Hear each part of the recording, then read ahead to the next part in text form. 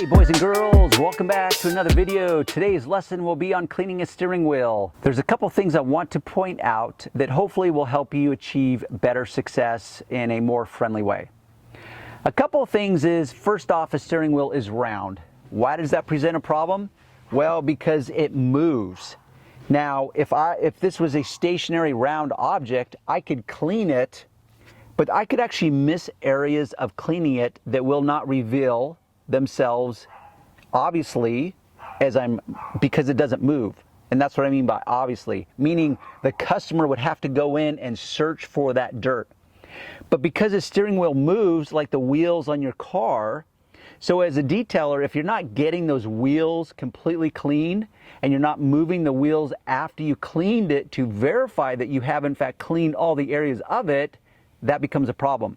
Same with the steering wheel, it moves. So if you do not have thorough cleaning ability, as Johnny customer is driving his car, however they like to pimp their ride, and now they turn the corner and they glance down and say, oh my gosh, my detailer that I overpaid for, clearly because you didn't get the details, and I see some dirt. So you need to have the key with you so that when you're cleaning it initially and you think you have perfection, you can double check your work so that you can rotate the wheel. Because not only do you have the different parts of the circumference of this wheel, but the steering wheel itself is round, so you've got this roundness that you need to deal with. You've got the back side of the steering wheel. So a steering wheel is actually far more complex than most people give it credit for. But the cleaning steps are really the same as any cleaning with any other interior part, at least for me in my world. Okay, so my general cleaning product is Simple Green currently. No, they're not paying me. It's amazing. Like, I've been promoting Meguiar's products for, well, since the beginning. And now suddenly I start changing products and everyone goes into freak out mode. Like, oh, clearly he's being paid off by Simple Green. Clearly he's being paid off by CSI to promote their products. It's like, well, clearly you don't know. So I'm going to clarify. Simple Green, even though I've been switching from the Meguiar's all-purpose cleaner to Simple Green, it has nothing to do with Meguiar's, has nothing to do with Simple Green. It's just me trying to find a formulation that's more friendly to the environment and more friendly to my skin. So my dilution ratio is 10:1. That will take care of basically 99% of any problems within your interior. Here's my solution. My go-to brushes are the non-abrasive synthetic scrub pad that is ideal for steering wheels in particular and other contoured surfaces because it will mold to that surface. I also use a semi-stiff, so not too stiff but not too soft. It's that winning combination of a nylon brush. Rarely do I use a nylon brush on this because, well, for a few reasons. Is as you scrub it, it will flip up dirt in endless places as you use it. But with that said, even though I use a pad like this that contours, I still have to manage my solution because what's going to happen is this thing called gravity. And as you clean your steering wheel, it's going to drip down onto the upholstery, on the floor mat, specifically your clothes. I want to remain as clean as possible just for professional appearances. So what I will do is I will take a separate cloth and I will lay it below the steering wheel as I'm working. I will also use a bigger cloth to cover up the dash with, because regardless of how much you try to manage your solution, you're going to get stuff flipping up in areas that may be unwanted in your world. So for example, this is where I could then segue into the proper sequence of things. When I'm doing this area of the cockpit, I'm going to start with the steering wheel. You know why? Because as much as I try to manage the world and the shrapnel that will be flung around, you're still going to get in unwanted areas. So once the steering wheel is completely clean, now I can detail the rest of the car and I don't have to worry about those specks because I'm going to clean them up anyways. So you've got to decide. For example, because I know someone's out there is going to be like, oh, well, that's simple, Darren. Just clean the steering wheel first, then you don't have to worry about covering it. Well, there's this element to it. So let me add complexity to an already fastly subject matter that's becoming more complex than you probably thought. Right here I have a vent. So let's say I don't cover this up, and now I'm cleaning my steering wheel, becoming hyper focused and fixated on that, and now I fling all kinds of dirt that is coming from the steering wheel into the vent. And now I can't get deep enough into the vent to clean out those little specks. What do? Do I want to spend extra time and effort to do it? Or do I want to take the chance that Johnny customer won't notice that moving forward? I don't want that possibility to exist. Therefore, regardless of the order I go into, I'm going to cover up the dash and the components that have all the intricacies to them to prevent that. It's called risk mitigation. So, my solution, I spray it onto the pad itself, and then I begin to scrub. Now, this could be, actually it's not even showing up much dirt. Here in real life, this steering wheel, in my opinion, is pretty dirty. It's actually my wife's car, FYI. She does wear makeup. In case you've seen her, there's no big mystery there. She likes her makeup, as most women do. So what happens is if they don't thoroughly wash their hands, even though my wife does, is they touch up their makeup during the day and they don't always have the ability to wash their hands in the interim. And so that oil from their face, as well as the touching up of the makeup, will find its way onto the steering wheel, which then dust and dirt cling to and create this gross mess. That's what I want to clean up. So here, like on my pad, you can see some of that grossness that has now gone from the steering wheel onto the pad. So I'm going to spray this, and I got to remember, it's a round component. So I've got to pay particular attention to the rear of the steering wheel. And I want to scrub. See how dirty that is? Is that foul or what? Sorry, honey, no offense, but dirt just happens and it accumulates. And if you don't stay on top of it, this is the measures you got to go to. So I'm going to finesse this steering wheel. Now this particular steering wheel could be leather because people, they say like, oh, it's a Mercedes. It looks like leather. It feels like leather, therefore it must be leather. Well, yes and no. The real point is this, is that leather inside your car is always going to be coated with a clear protective coating. So unless you're using some kind of like highly caustic cleaner, which hopefully you're not, you don't have to worry about finding a dedicated leather cleaner just for the steering wheel. I'm waiting for the day when the industry decides like, hey, you know what, we need a special steering wheel cleaner to add to our lineup of special upholstery cleaners, special leather cleaners, special vinyl plastic rubber cleaners, special. Now you've got 50,000 products instead of the 10 products that you really only need. So, all-purpose cleaner. But here on this particular steering wheel, there's a problem.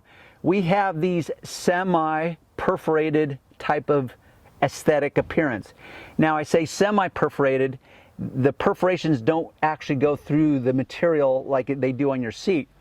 So it's little embossed, it's kind of like a golf ball. It's got these little embossed nubs on them, but they're not nibs that stick out, they're embossed so they stick in. So dirt accumulates inside that also. How do you deal with that? Well, that's where you're gonna have to bust out a brush so that you can get inside there. And like I said at the beginning, now that you've introduced a brush, guess what happens as you do it?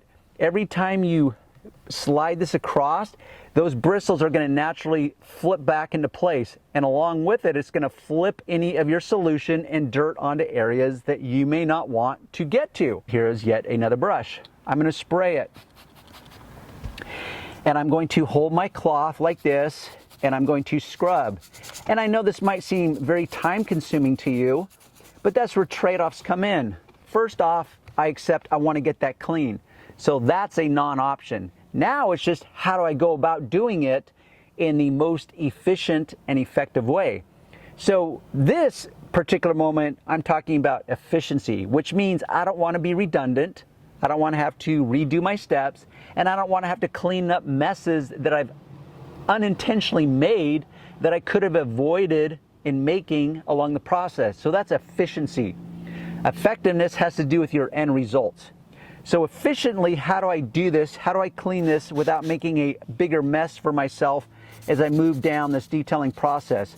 So this is where I'm going to take a cloth and I'm going to finesse this area of the steering wheel because it's got all these little crevasses and nibs that I need to clean and detail.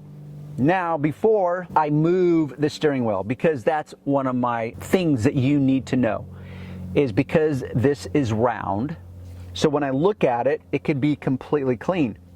But it's going to move. The second it moves, it might reveal areas that you have forgotten to clean or weren't aware of.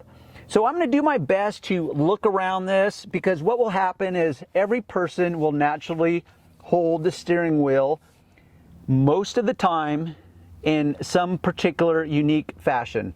Some people, it's the 10, 2 o'clock position. Some people it's down here. Some people it's like this, like this, like this. Anything goes. It's a case by case. That's where you've got to go in and you've got to scrutinize. So I'm going to look behind here, and not just where the handle is or where you think the hand would go, but past it down this spoke of the steering wheel until it meets the hub. Also, you have these intricacies around the, what would be the horn. If I want to honk the horn, there's this nice little groove here. So how do I get that? Well, maybe I just spray the edge of my cloth and I feed that into that groove, and now I've cleaned inside of that groove. You've got this little embellishment here, the Mercedes logo, the little bullseye, as I call it, crosshair, call it what you want. And this is where you literally have to dissect every part of the detailing process, because once again, it is all about the details, and I don't do life in generalizations. Even though I use them, because most of the world speaks in generalizations, when it comes to my world, whether it's personally or professionally, I only do detail. So that's where you have to figure it out. You've got in between these spokes, you got to make sure you get there. Point being is, once you've cleaned this to the point that you think is totally clean, that's where you've got to start up the engine like that. We'll turn down the radio so it doesn't get some music on that YouTube wants to ban. And now I turn the wheel and I can verify all my results inside the spokes of the steering wheel, inside here, up underneath there, and I turn it left to right to make sure that I have completely detailed this to perfection. So once again, in 100,000 words or less, I hope I've clarified a few points and added some additional points to you. What I would like to know from you guys is specifically, is there any tricks that I left out that comes to cleaning a steering wheel that you have used, that you have found effective? Something I will add too, that even though I added it, I want to re-add it in a different context, and that is this, that you will come across steering wheels or interiors that are so excessively dirty, and let's say, for example, to add additional complexity to the moment, a lot of people love to just lather up the inside of their car with a dressing or a leather conditioner or whatever, and that will, because they don't clean it off each time, or they don't clean it and reapply it consistently and regularly, it will actually create a really massive buildup. And what will happen is that will deteriorate and literally degrade the material. So as you're cleaning the dirt away, and you as a detailer think, oh, I'm a happy detailer and I'm cleaning away the dirt. And now you start seeing like, oh my gosh, it looks like it's cleaning away the surface of the material that's supposed to be in place, like the finish of the leather, and you go into freak out mode. So that's where you have to finesse it, because first off, you don't know if the damage is already there underneath. It might be, but the dirt is hiding it, so you don't really know until you know, and knowing in this moment might be a bad moment, a rude awakening. Also, you may not know that dirt has sat around long enough where it has literally deteriorated that finish. So it's an impossible equation to think that you're going to somehow magically clean and separate the dirt, the unwanted dirt, from the material that's supposed to be intact originally, because that dirt has now degraded and worn away that finish. So when cleaning it, it's going to automatically come with it. That's where you would have to have a discussion with your customer and say, hey, guess what? I can tell that this car has not been detailed for a very long time. There is a great chance that while I'm cleaning it, that dirt has degraded and trashed your material underneath. So when I clean it, it's going to bring it with it. That's where you will have to finesse, like, okay, do I want absolute perfection in the form of no dirt? Or do I want to leave a little dirt behind, because if I remove the dirt 100%, it's going to reveal too much of the damage. See what a balance act. It's like walking a tightrope. It's like, oh my gosh, that is a fine line between what I should do and what I should not do. And that's where you have to communicate with your customer so that you know what to do, because after all, it's their money and their car, and you want a happy customer, not a disappointed, disgruntled customer. So I will end with that. Please leave me any comments that will help me moving forward in creating videos, but also guys that come in after you, they can read the comments. Hopefully they're good comments, whatever that means. By all means, give me a thumbs up. Tune in for the next video. Subscribe. With that said, I will end there, and we will see you on the next video.